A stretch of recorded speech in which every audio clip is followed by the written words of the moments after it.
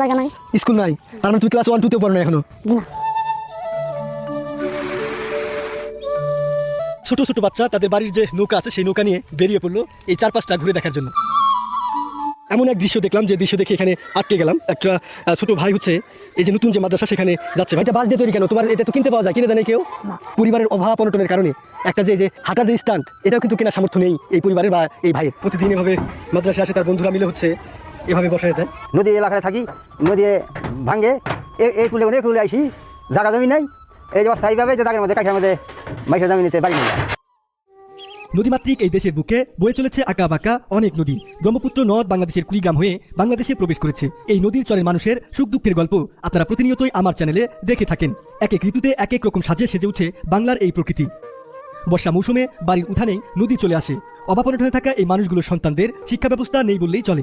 দুর্গম ও গহীন চরগুলোতে মানুষ বিচ্ছিন্নভাবে জীবনযাপন করে। আজকের ভিডিওতে আমি আপনাদেরকে দেখাবো ফকিরের চরের মানুষের জীবনযাপন। সেই সাথে ফকিরের চরের পাশেই থাকা কলাকাটা চরও আপনাদেরকে ঘুরে ঘুরে দেখাবো। কুড়িগ্রামের মোল্লার হাট থেকে আমরা নৌকায় করে রওনা দিয়েছি ফকিরের চরের উদ্দেশ্যে। বাজার শেষে সবাই নৌকায় চড়েই যার যার ঘরে ফিরছেন। কিছুক্ষণ পরেই আমরা পৌঁছে গেলাম ফকিরের চরে। যার যার মতো নৌকা থেকে নেমে সবুজ প্রান্তর পেরিয়ে হেঁটে চলেছেন নিজ নিজ বাড়ির দিকে। এসব চরে চলাচলের জন্য তেমন কোনো রাস্তাঘাটের ব্যবস্থা নেই। এর প্রধান কারণ নদী ভাঙন। নদী ভাঙন এই চরে খুব শক্তভাবে হানা দিয়েছে। একসময় যেই জায়গা ছিল মানুষের বসত বাড়ি, ভাঙনের কারণে সেখান থেকে বাড়িঘর সরিয়ে অন্য পাশে নিয়ে যেতে হয়েছে। তাই মনে হচ্ছে পুরো চর জুড়েই বাড়িগুলো ছড়িয়ে ছিটিয়ে রয়েছে। চরের যে পাশে ভাঙন চলছে সেই পাশে গিয়ে দেখলাম এক করুণ দৃশ্য। বন্ধুরা, এমন দৃশ্য হয়তো আপনি জীবনে কখনো দেখেননি। হ্যাঁ, আমি চরে চরে ঘুরে ঘুরে মাঝে মাঝে এমন দৃশ্য দেখতে পাই। দেখুন প্রকৃতির কি নির্মম পরিহাস, মানুষের জীবনের কি বাস্তবতা। নদীর তীরে এমন রান্নাবান্না, নদীর তীরেই এমন বাড়িঘর। একটাবার কল্পনা করুন মানুষের জীবন। দেখুন এখানে হয়তো ঘর ছিল, ঘরটা খুলে নেওয়া হয়েছে, কেননা সর্বনাশায় ব্রহ্মপুত্র নদ হয়তো কিছুক্ষণের মধ্যেই এই চাপটি ভেঙে দেবে। তারপর এই যে চুলা, যেখানে কত মাস কত বছর রান্নাবান্না হয়েছে, সেটা কিন্তু আর রান্নাবান্না করার ব্যবস্থা থাকবে না। চুলা সহ একদম নদীতে বিলীন হয়ে যাবে। যে জন্য হয়তো এটাই শেষ রান্না হচ্ছে এই চুলার। এখানে কি ঘর ছিল নাকি? ঘর ছিল, মানে নদী ভাঙতেছে জন্য সরাই নিচ্ছেন? আচ্ছা, এখানে কি রান্নাবান্না তো মনে হয় না আর কিছুদিন করা যাবে? 2-1 দিন চলতে পারে। তো দেখুন এমন পরিবেশে রান্নাবান্না, এমন পরিবেশে খাওয়া দাওয়া, এমন পরিবেশের বাড়ি। দূর থেকে যখন দেখলাম যে এখানে রান্নাবান্না হচ্ছে, নিজেই অবাক হয়ে গেলাম। নদীর তীর ঘেঁষে চুলায় রান্নাবান্না করছেন একজন বৃদ্ধ মা। সারাটি জীবন এই চর থেকে সেই চর, এক জায়গা থেকে আরেক জায়গায় ঘর সরাতে সরাতে তারা যেন ক্লান্ত। তাই নদী একদম কাছে চলে এলেও এবার আর এখান থেকে ঘর সরাচ্ছেন না তারা। শেষ পর্যন্ত, অর্থাৎ নদী পাড়ের শেষ চিলতে মাটিটুকু ভেঙে যাওয়ার আগ পর্যন্ত তারা এখানেই থাকবেন। দেখুন আমার পিছনে হচ্ছে 3 সিটের একটা ঘর। এই ঘর একটা পুরান বাড়ি, অর্থাৎ এখানে বিশাল জনবসতি ছিল। ঘরের সামনে হচ্ছে ধানের চারা লাগানো। দেখেন আমরা চর ছাড়া অন্য কোথাও গেলে এই যে এই পদ্ধতিটা দেখি না, যে ঘরের মানে ঘর থেকে বের হলেই এমন ধানের চারা বপন করা হয়। কেননা এনাদের কিন্তু আর কোনো জায়গা নেই, সম্পূর্ণ নদী ভেঙে চলে গিয়েছে। আর এরকম উঁচু জায়গা হচ্ছে বাড়ির ভিটা ছাড়া কোথাও নেই। চতুর্পাশে হচ্ছে নিচু। এই বাড়ির ভিটাটুকু হচ্ছে উঁচু করা হয়। তারপরেও নদী যখন ভেঙে নিয়ে যায়, বাড়ির ভিটা সহ উঁচু মাটি সহ একদম নিয়ে যায়। কি করতেছেন? এই যে পাট আনলাম, পাট জাগ দিছি, তার নমুনা দিলাম, তার 2 দিন থাকবো, 2 দিন ধোয়া রাখবো। মানে এই পাটটা আপনি জাগ দিচ্ছেন, সেখান থেকে কিছু পাট ধুয়ে এনে দেখলেন, দেখলাম আরও 2 দিন থাকবো। বাড়ি ঘর সরাইতে হবে না? সরান রাখবো, আমরা এখানে হইয়া জানাবো, যখন যখন ভুলে যাবো তখন হইয়া জানাবো। আচ্ছা, প্রস্তুতি নিয়েছেন যে কোথায় বাড়ি করবেন? এই পশ্চিমে। মাটি কাটা হয়েছে? হ্যাঁ। দেখেন আগে থেকে কিন্তু প্রস্তুতি নিয়ে রাখতে হয়, কেননা এটা রক্ষা হবে না। এভাবে ভেঙে ভেঙে এই ঘর আর থাকবে না। এই চরে নেই কোনো শিক্ষা প্রতিষ্ঠান। এই তো অল্প কিছুদিন আগে এখানে একটি মাদ্রাসা প্রতিষ্ঠিত হয়েছে। চরের শিশুদের অক্ষর জ্ঞান অর্জনের জন্য এই মাদ্রাসাটি যেন তাদের কাছে এক বড় পাওয়া। চরে নতুনভাবে রাস্তা তৈরি হয়েছে, মসজিদ কিংবা মাদ্রাসায় যাওয়ার জন্য এই রাস্তাটা নতুন করা হয়েছে। ওই যে ওইখানে একটি নতুন বাড়ির কাজ চলছে। এই যে এখানে হচ্ছে একটি গ্রাম। বন্ধুরা, এই ফকিরের চরে হাঁটতে হাঁটতেই এমন এক দৃশ্য দেখলাম যে দৃশ্য দেখে এখানে আটকে গেলাম। একটা ছোট ভাই হচ্ছে এই যে নতুন যে মাদ্রাসা সেখানে যাচ্ছে। ভাইয়া, তুমি কি এই মাদ্রাসাতে পড়ো? কি বলো, তোমার সমস্যা কি? এটা জন্ম থেকেই নাকি? জন্ম থেকেই। আচ্ছা, তো দেখেন এই যে পা কাঁপতেছে, মানে তার এখানে যে এটা যে ভর করে দাঁড়ায় থাকবে সেটাও কিন্তু অসুবিধা হচ্ছে। নাম কি তোমার? আমি। আচ্ছা, তোমার এই যেভাবে মাদ্রাসায় আসতেছে, তোমার কষ্ট হয়নি এভাবে আসতে? কষ্ট হয়। দেখেন পা কিভাবে কাঁপতেছে তার। আহা, দেখুন এখানে এই চরে আসার পর এই দৃশ্যটি দেখে একদম আটকে গেলাম। এই নিভৃত একটি চরের মধ্যে এই যে ছেলেটা শারীরিকভাবে একটু বিকলাঙ্গ, তার জন্ম থেকেই। তুমি এখানে কোন ইয়েতে পড়ো? ক্লাস 1-এ প্রথম জামাতে পড়ো। আচ্ছা, এই যে তোমার যে হাতের লাঠিটা দেখতে পাচ্ছি, এটা বাঁশ দিয়ে তৈরি। এটা বাঁশ দিয়ে তৈরি কেন? তোমার এটা তো কিনতে পাওয়া যায়, কিনে দেয় কেউ? এই ছোটো ভাই হচ্ছে এই মাদ্রাসাতে পড়াশোনা করেন। আমরা দূর থেকে দেখলাম সে খুবই কষ্টে হচ্ছে খুবই কষ্ট হচ্ছে। হ্যাঁ, মাদ্রাসায় আসছে। হ্যাঁ, খুবই কষ্টে মাদ্রাসা পর্যন্ত আসতেছে। তার হাতের যে লাঠি যেটা ভর করে হাঁটতে হয়, সেটা কিন্তু বাঁশ দিয়ে তৈরি। বাঁশের যে কুঞ্চিগুলো আছে সেই কুঞ্চিগুলো দিয়ে তৈরি। আর সে ঠিকমতো হাঁটতেও পারতেছে না। এভাবেই কষ্ট করে প্রতিদিন এই মাদ্রাসায় আসো। তোমার স্বপ্ন কি? বড় হয়ে কি হবা? দোকান দিবা? হ্যাঁ, দেখুন আসলে সে ছোটো থেকেই জানে যে তার হেঁটে চলে কোনো কাজ করে দেওয়ার কোনো সামর্থ্য নেই। তাই তার নিজের স্বপ্নটাকে কত আটোসাটো করে নিয়েছে দেখুন। তাকে জিজ্ঞেস করলাম বড় হয়ে কি হবে, সে বলতেছে বড় হয়ে দোকান দেবো। একদিকে প্রাকৃতিক দুর্যোগের কারণে নিত্যদিনের অভাব অনটন, অন্যদিকে এমন শারীরিক প্রতিবন্ধকতা, সব মিলিয়ে শিক্ষার পথে এগিয়ে যাওয়াটা আব্দুল্লাহর জন্য যেন আর বেশি কঠিন এক সংগ্রাম। দেখুন একজন মানুষ প্রতিদিন এভাবে মাদ্রাসায় আসে, তার বন্ধুরা মিলে হচ্ছে এভাবে বসায় দেয়। ফকিরের স্তরে আমাদের কোনো এখানে স্কুলের ব্যবস্থা নাই যে বাচ্চারা 1 থেকে 5 পর্যন্ত পড়াশোনা করবে, এইরকম কোনো পরিস্থিতি নাই। একটা ছিল, সেটা নদী ভাঙনের কারণে সেটা বিলুপ্ত হয়ে গেছে নদীতে। এখন আমরা সবাই দলবদ্ধ হয়ে এলাকাবাসী আমরা সবাই মিলে আমরা একটা মাদ্রাসার করছি। মাদ্রাসার এখানে অনেক কাজ এখনো বাকি আছে, কারণ এইটা যদি আমরা সবাই মিলে দলবদ্ধ হয়ে একত্র হয়ে এটা যদি না করতাম, তাহলে আমাদের দেখা যাচ্ছে আমাদের চরের পোলাপান সব গোমরা হয়ে যাইতো, অথবা মানে শিক্ষা থেকে বিরত থাকতো। মাদ্রাসার প্রান্তরে এই যে নতুন মাটি কাটার পরে যে ঘাস লাগানো হয়েছে, অর্থাৎ যাতে পুরো মাঠে ঘাস ছড়িয়ে যায় আর মাটি বা বালুটা স্থায়িত্বতা বাড়ে। আর এদিকেই মাদ্রাসার 2টা রুম, এখনও পুরোপুরি কার্যক্রম শুরু হয়নি। চিন্তা করুন, পুরো একটি জনপদে একটা মাত্র শিক্ষা প্রতিষ্ঠান, তারপরেও ভঙ্গুর অবস্থা। আমরা চেষ্টা করব পরবর্তী 3 সালের ভাইয়ের জন্য কিছু করার। আপাতত এই আলামিন ছোটো ভাইয়ের জন্য একজন স্ট্যান্ডের ব্যবস্থা করলাম। পরবর্তীতে আমরা চেষ্টা করবো তার জন্য ভালো কিছু করার। তোমার জন্য দোয়া রইল। হ্যাঁ, খুশি হয়েছো স্ট্যান্ড যে নতুন আসবে? জি।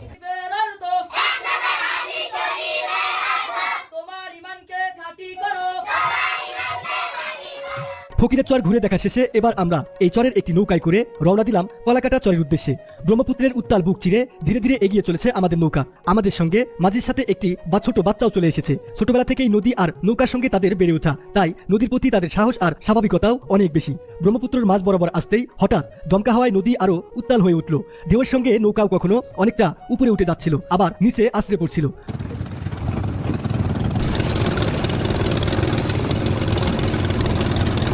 বন্ধুরা, আমাদের নৌকা আল্লাহু আকবার এতটা পরিমাণ দুলছে, আমি ব্রহ্মপুত্রের এমন রূপ আগে কখনো দেখিনি।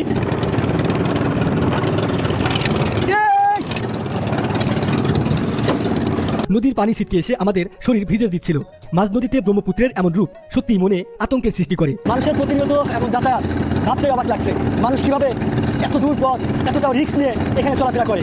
দেখুন, দীর্ঘক্ষণ যাত্রার পর আমরা পৌঁছালাম সেই কলাকাটা চরে। কিন্তু এখানে আসার পর কাশবন এতটা পরিমাণ ঘন, আমরা সেই বাড়িগুলোতে বা লোকালয়ে যাওয়ার কোনো পথ খুঁজে পাচ্ছি না। নৌকা আবার ঘুরিয়ে অন্য জায়গায় নেওয়া হচ্ছে, মানে বাড়িতে ঢোকার যে পথ সেই পথ খোঁজা হচ্ছে। কেননা এতটা ঘন কাশবনের ভেতর দিয়ে অসম্ভব, মানে হাঁটা যতটা পরিমাণ ধার। আল্লাহ, মোহাম্মদ সোমেদ আলী কাকা আমাদেরকে নামিয়ে দিয়ে গেলেন। সরু পথ খুঁজে পেয়েছি, এটা দিয়ে আমাদেরকে যেতে হবে। আর এই কাশ গাছগুলো এতটা পরিমাণ ধারালো যেটা আপনাদেরকে বলে বোঝাতে পারবো না। আর এটা দিয়ে মানুষের প্রতিদিনের যাতায়াত। এমন দুর্গম জায়গায় মানুষজন বাড়ি করে যে এই জায়গা থেকে বাড়ি থেকে বের হলেই এই পথ দিয়ে, এমন পথ দিয়ে তারপরেই বের হতে হবে, তাছাড়া বের হওয়ার কোনো পথ নেই। একটাবার কল্পনা করুন, কিসের সাইকেল, কিসের মোটর সাইকেল, কিসের প্রাইভেট কার। এখানকার মানুষের কাছে সেগুলো ভাবাও যেন মানে অন্যায়, এমনটাই বলা যায়। এমন রাস্তাঘাটের অবস্থা দেখলে অনেক ধারালো। ও আলহামদুলিল্লাহ বাঁচলাম, মানে খুবই ধারালো। আমাদের হাত জ্বলতেছে। মাশাআল্লাহ, দেখুন কি ভিউ, আলহামদুলিল্লাহ। এই কাশবনটা পাড়ি দিয়ে মানে এদিকে তাকাতে বিস্তীর্ণ সবুজে ঘেরা মাঠ, আর এর মধ্যে হচ্ছে বাড়ি, একদম নৈসর্গিক একটা চিত্র। কষ্ট করে উত্তাল নদী পেরিয়ে আমরা এত সুন্দর একটি গ্রামে পৌঁছালাম, যেটা ভাবিও নাই যে এই কাশবন পার হলেই এত সুন্দর গ্রামে আমরা পৌঁছে যাব। মাশাআল্লাহ, দেখুন সবুজে ঘেরা মাঠ, আর তার মধ্যেই এই যে বাড়িগুলো। বাংলার সৌন্দর্য হয়তো এখানেই। প্রকৃতি আর মানুষের জীবন এখানে আলাদা নয়, একই গল্পের 2টি অধ্যায়, যেখানে আকাশের নীল এসে মিশে যায় নদীর জলে, আর নদীর বুক চিরে জেগে ওঠে সবুজের ছোট ছোট দ্বীপ। তাই তো বাংলার এই প্রকৃতি যতবার দেখি ততবারই মনে হয় এদেশকে ভালোবাসার জন্য কোনো কারণ লাগে না, শুধু একবার তার সবুজের দিকে তাকালেই হয়ে যায়। বন্ধুরা, আমরা এই মেট্রো পথ ধরেই এই গ্রামের প্রায় শেষ প্রান্তে চলে আসছি। তো এখানে আসার পরেই দেখুন, ও কি সুন্দর একটি দোকান। আর এই চরের দোকানগুলোতে আমি যেটা লক্ষ্য করলাম, মানে দোকান হচ্ছে ছোট, কিন্তু দোকানে যে বসার যে বেঞ্চগুলো বা চাংরা বলি, মাচা, এই মাচাগুলো কিন্তু একদম বিলাসবহুল হয়, শুয়ে থাকার জন্য, তারপর বসে থাকার জন্য, সব কিছুর জন্য। দেখুন এই দোকানের এই পাশেই কত সুন্দর বিস্তীর্ণ এক এরিয়া, বিস্তীর্ণ এক জায়গা, নিচেই পানি। বর্ষার সময় হচ্ছে এই যে এই পর্যন্ত পানি চলে আসে, এমনকি দোকানের নিচ পর্যন্ত পানি চলে আসে। আর ওই দিকটাতে হচ্ছে গ্রামের আর কিছু অংশ, অর্থাৎ ওইখানে মানুষের বসবাস।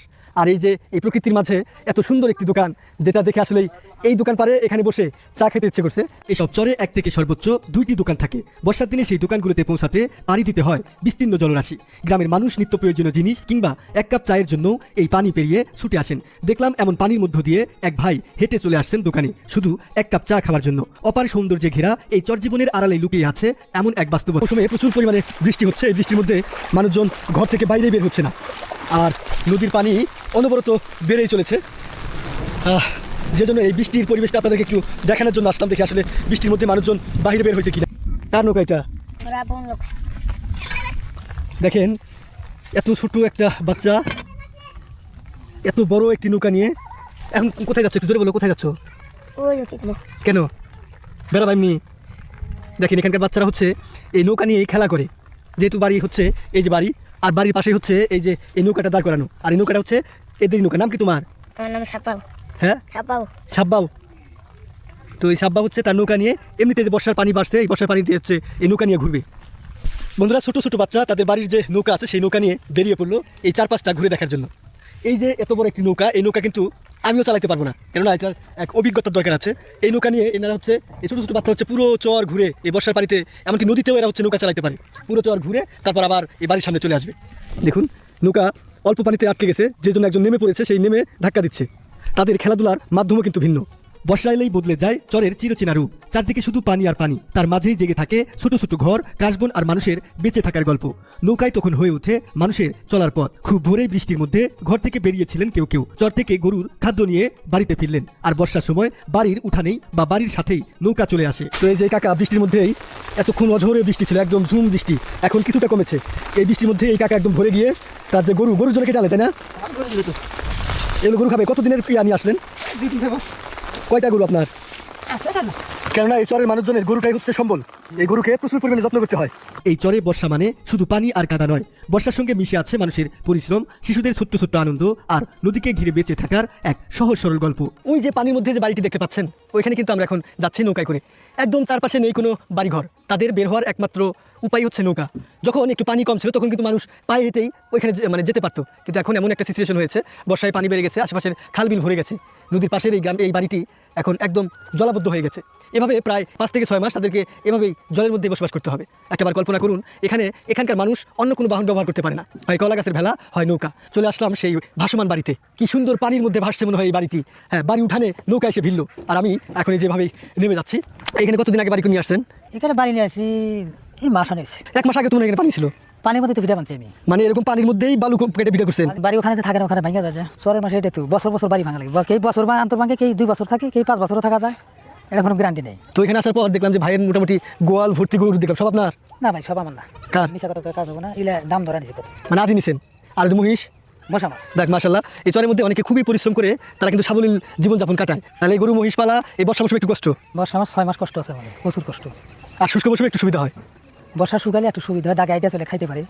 এই যে খড়ি, যেটাকে আমরা অনেকে লাকড়ি বলে, এটা কিন্তু একদম স্টক করে রেখেছে, কেননা এখানে গ্যাসের লাইন নেই। তাদের একমাত্র জ্বালানি হিসেবেই এই যে কাঠ থেকে শুরু করে এই যে কাশবনের যে খড়িগুলো, কাশ গাছের, সেগুলো একদম স্টক করে রেখেছে। কেননা এখন বর্ষাকাল, এই যে ভেজা মৌসুম, এই মৌসুমে কিন্তু কোনো প্রকার নতুন করে খড়ি মানে ম্যানেজ করতে পারবে না, যে জন্য আগে থেকে স্টক করে রেখেছে।